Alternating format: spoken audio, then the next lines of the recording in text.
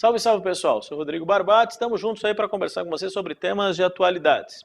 É interessante destacarmos aí que já tínhamos visto em outros módulos os temas de política internacional. O objetivo dessa conversa agora é conversarmos um pouquinho sobre temas nacionais. A preocupação aqui, nesse contexto do candidato, é observar que o primeiro semestre de 2010 nós tivemos diversos temas relacionados ao assunto. Agora, no segundo semestre, basicamente as questões se relacionam às eleições. Então, o processo eleitoral, que é o seu olhar aí. Então, nós vamos fazer essa retrospectiva, como fizemos de política internacional, falar um pouquinho de temas do primeiro semestre, observando aí alguns assuntos que seriam pertinentes você dar uma atenção. É claro que alguns temas têm até relações com eventos do ano anterior, a gente posiciona esses assuntos para você quando estivermos diante do assunto, do tema ou do tópico, não é? Além disso, o que é interessante observar? Tem organizadoras que falam mais desses temas que outras. Por exemplo, o CESP-UNB não tem tanto destaque ou quase não dá muita atenção aos temas de política nacional. Ela gosta mais de política internacional, economia, etc. Já outras organizadoras, a Unesp, Carlos Chagas, Sesgran Rio, para falar aí das principais, dão atenção a esse tema. Então, os escândalos, as crises, os temas aparecem sim em provas de forma contundente, dando um espaço mais interessante. Então, o seu olhar deve dar um pouco mais de atenção a esse assunto, depende muito do perfil do concurso que você vai atuar ou que tem o objetivo de passar. Legal? Dentro dessa ideia, então vamos começar a conversar sobre os temas de política nacional. Aparece para você, então, o slide inicial aí da nossa conversa, observando aí, então, os temas de política nacional. E o nosso primeiro assunto, para que você possa recordar, então está aqui. Crise no Distrito Federal. Então, dentro dessa perspectiva, qual é o objetivo? Então, quando pensamos nesse tema, estamos de olho nos eventos do início do ano. É claro que esse assunto, quando você fala em crise no Distrito Federal, dá a impressão que o tema começa em 2010. Você vai lembrar que ele vem do ano passado. O importante é pensar no seguinte, quem é o nosso personagem? Olha lá, José Roberto Arruda, ex-governador. Onde? Aí você já viu, Distrito Federal. Por quê? Então, o importante para nós é identificarmos qual o motivo do assunto ter se tornado um tema importante no começo do ano. Preso em fevereiro. Por quê? Por tentativa de suborno do jornalista Edson Sombra. Então, essa é a questão para nós. Tá? Então, Supremo Tribunal, o Superior Tribunal de Justiça, o STJ, mandou prender o governador. E, consequentemente, mandou prender por quê? Porque ele estava tentando corromper uma testemunha. É interessante você observar, e essa é a primeira vez que você tem isso como fato no período democrático no Brasil, até porque quando tivemos prisão de governadores, ora, você tem a prisão de governadores no período ditatorial, até por questões políticas, mas essa é a primeira vez que um governador é preso em exercício do cargo. É isso que a imprensa deu destaque, a primeira vez no período democrático, na história recente do país, então pós-85. Então fica para você aí as informações relacionadas ao personagem que foi preso, qual o motivo.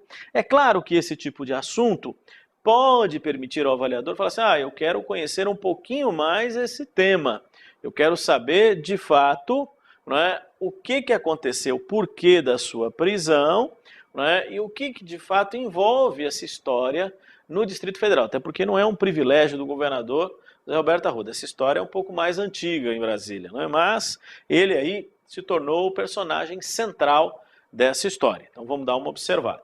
Nesse sentido, você vai visualizar, né, o próximo slide. Ele vai trabalhar para você aí uma questão interessante quando a gente visualiza. Opa, me empolguei aqui, desculpe.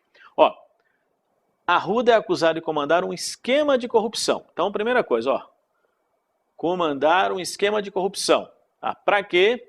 Propina para deputados distritais na Câmara Legislativa do Distrito Federal. 1/3 dos parlamentares estariam envolvidos, segundo as investigações. Da onde vem o dinheiro? Dinheiro de empresas que tinham negócios com o governo.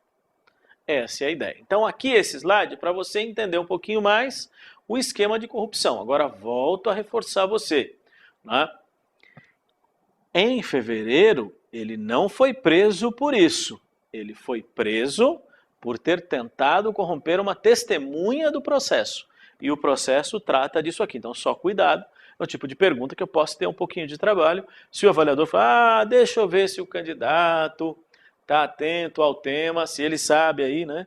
Então, em linhas gerais, não confundir. O motivo do processo envolvendo o governador é esse aqui. Agora, sua prisão foi justamente por quê? Por ter tentado, e isso que é interessante lembrar, né, subornar ou corromper uma testemunha no processo no qual ele é, então, réu nessa história. Tudo bem? Então você tem aí um olhar interessante aqui nesse tema. Agora, vamos só dar uma contextualizada. Como é que esse assunto veio à tona? Quem é que resgatou esse tema e por que ele se tornou um assunto muito falado aí no período? Então você vai dar uma observada nessa questão. Nós temos uma operação da Polícia Federal de 2009, Caixa de Pandora, e foi quem divulgou aí, né, os escândalos revelando a roubalheira no Distrito Federal. Então esse é um tema interessante também, apesar de ser um assunto que vem de 2009. Mas é que em novembro a PF divulga, né, os vídeos e faz aí, né, uma série de investigações são reveladas pela imprensa. E o que acontece? Você tem uma eclosão da crise. Em dezembro, o governador, então, fica acuado, mas ele não é preso, não é nada. Ele está lá no cargo, continua governando, né, rejeitando as acusações, buscando alternativas. Porém, em fevereiro, ele tomou essa atitude de tentar subornar a testemunha e não teve jeito, né, acabou sendo preso. Ele ficou preso até o mês de abril, vale sempre recordar. Hoje responde em liberdade o processo.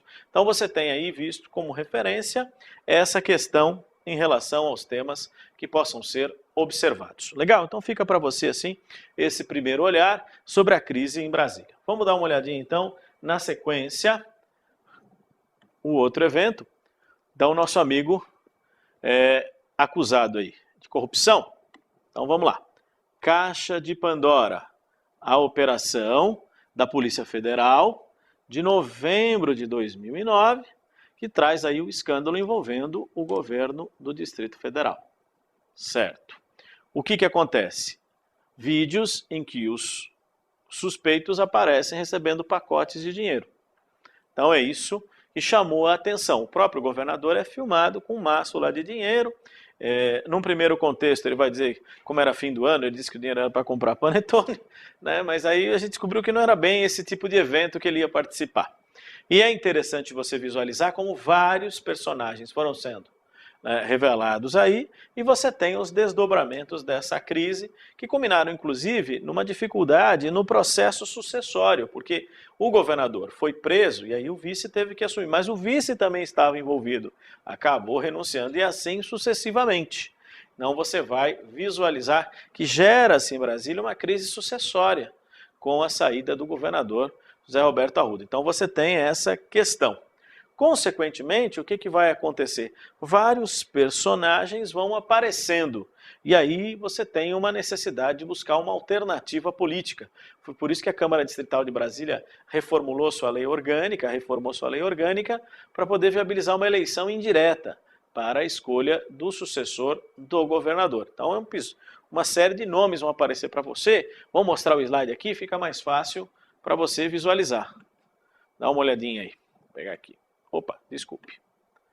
Ó, no lugar do nosso amigo Arruda, então José Roberto Arruda era o governador, certo? Quem que assumiu? O vice-governador Paulo Otávio, que também era alvo de denúncias e renunciou ao cargo. Aí, né, quem assumiu? Você tinha um interino aqui, ó, o Wilson Lima. E, consequentemente, a Câmara Distrital acabou fazendo uma eleição indireta e escolheu o nosso amigo, ó, Rogério Rosso, é o governador de Brasília. Então, atualmente, Rogério Rosso é o governador de Brasília. Então, José Roberto Arruda, preso no esquema, né? Foi pego no esquema de corrupção, foi preso em fevereiro. Paulo Otávio assumiu, também renunciou. O Wilson Lima ficou interinamente até a escolha de Rogério Rosso no mandato tampão. Então, ele atualmente, isso é o destaque que eu gostaria que você observasse, ele é o atual governador do Distrito Federal, depois dessa montoeira de encrencas que marcaram aí, né, esse processo. Então você observa essas características da crise em Brasília, como ela se dá de forma contundente. Então, revelando para você aí alguns episódios importantes sobre esse tema. Agora, só para concluir o raciocínio, é interessante visualizar, e você deve ter acompanhado os noticiários, o que está acontecendo por causa do projeto de lei Ficha Limpa. Você tem aí algumas figuras de Brasília também nos noticiários, que é o ex-governador Joaquim Roriz, etc., que acabou até renunciando à sua candidatura, porque tem mais gente, isso não é algo que surgiu agora, mas são personagens que estão relacionados, direto ou indiretamente, a esses escândalos que foram gerados no governo do Distrito Federal, né? Até porque Roriz já foi governador de Brasília em outras oportunidades. Então esses assuntos, eles são complementares, e aí depende muito do que vai acontecer nas eleições, para que você possa visualizar, né, e o que pode acontecer aí a partir das denúncias, como serão aí conduzidos os processos, quem que vai assumir o governo. Tem algumas coisas que vão complementar esse assunto, ou seja, é um tema que você precisa ficar um pouquinho mais atento. Não os escândalos de Brasília, mas os desdobramentos, porque tem outros personagens que aparecem nessa história direta ou indiretamente. Essa é a realidade para você observar, tá bom? Nós tivemos também escândalos no segundo semestre envolvendo o governador do Amapá e tem outras coisas aí que você deve ficar atento. Mas nesse momento nós estamos no primeiro semestre e a crise então é no governo de Brasília. É isso que interessa para a gente visualizar, tá bom?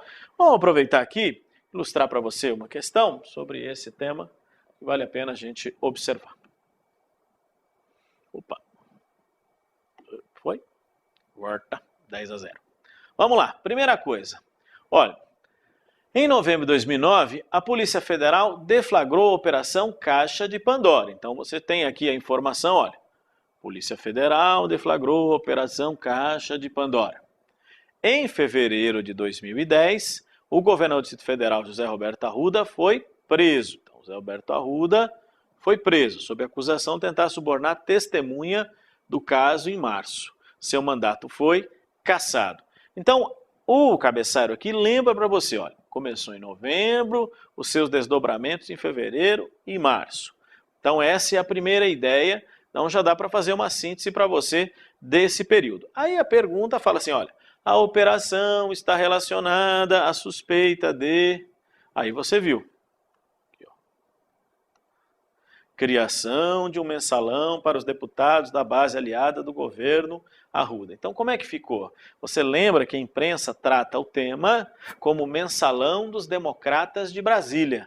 Então, deu até fazendo um paralelo com, você vai lembrar daquela crise de 2005 do governo Lula, denúncias de um mensalão, pagamento aí de propina a deputados para votar projetos de interesse do governo federal. Então, foi conhecido como escândalo do mensalão da Câmara dos Deputados. E esse aqui, então, é o mensalão dos deputados dos democratas, ou mensalão dos democratas de Brasília. Essa é a diferença aí entre os dois, mas a nomenclatura foi associada e é algo, infelizmente, que marca essa nossa história recente, tá bom? Então fica para você esse olhar sobre o tema. Voltando ao assunto, você vai perceber que não tem nada a ver o uso dos meios de comunicação, oficial do Distrito Federal, não tem nada a ver. Da mesma forma que você vai perceber aí, né, divulgação de dados sigilosos do governo para deputados oposicionistas, nem fraude na comemoração de 50 anos de Brasília, e muito menos, né, suborno a deputados, senadores, reeleição indireta de Arruda, aí só bobagem. O que interessa para nós, e o tema é este mesmo, você vai visualizar, é a construção de um esquema de corrupção que alimentou aí o governo nesse período. Volto a insistir, e não esqueça aí desse detalhe, na hora que estiver dando uma observada no tema, né, o assunto tem aí alguns desdobramentos ainda no primeiro semestre, depois, é claro, o processo eleitoral vai dar uma amonada. Aí você assim, bom, morreu, acabou o assunto?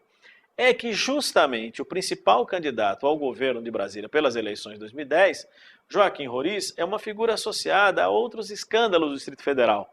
Então, é aquela coisa, é um festival de você fazer paralelos entre os temas. Fala assim, olha, o que aconteceu aqui com Zé Roberto Arruda no governo Roriz, foi Roriz lá nos anos 90 que já tinha feito isso. Então, essas questões podem ser relacionadas até fazendo um paralelo. Tudo bem? Então ficam para você esses assuntos iniciais aí da nossa conversa de política nacional, tá bom? Obrigado, bons estudos e até a próxima.